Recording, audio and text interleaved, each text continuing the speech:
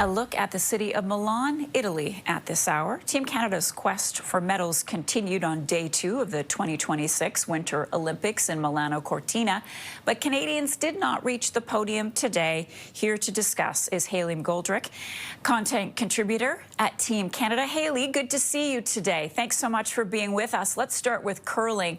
A disappointment for Canada. We're now out of medal contention in mixed doubles curling. What went wrong? Yeah, it's super disappointing, especially because of the 3-0 start that Brett Gaunt and Jocelyn Peterman had. Obviously tough competition, but also for a team that was medal favorites, just to have that constant fall down. You know, they dropped one, they dropped two, they ended up dropping 5 straight before they were eliminated. And a lot of those matches too, they were playing catch up. You know, they're down 7-2, they're down 6-0, and so having to play catch up in those scenarios is, you never want to be on that end of a match. So quite disappointing for them, of course, but we still have some hope in curling. We have Team Rachel Homan and Team Brad Jacobs competing in the men's and women's curling events as well. So unfortunate for mixed doubles, but it's not the end of Canada's curling medal hopes. All right, moving on to figure skating. Canada finished 5th in the team event. How should we read that result? Encouraging or a missed opportunity?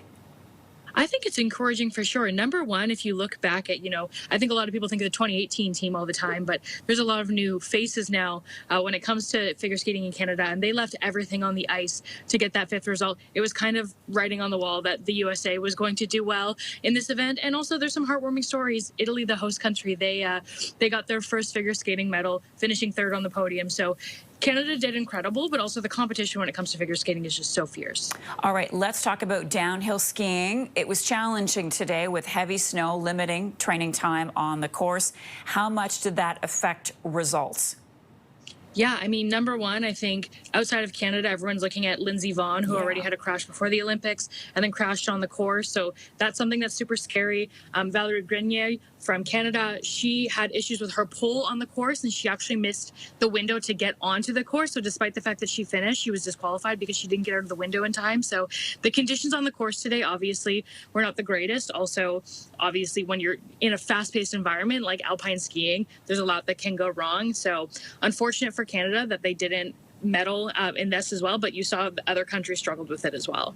Hayley, thank you so much. I'm so glad to have the chance to talk to you, and I hope we do it again during the games. Hayley McGoldrick is a content contributor at Team Canada.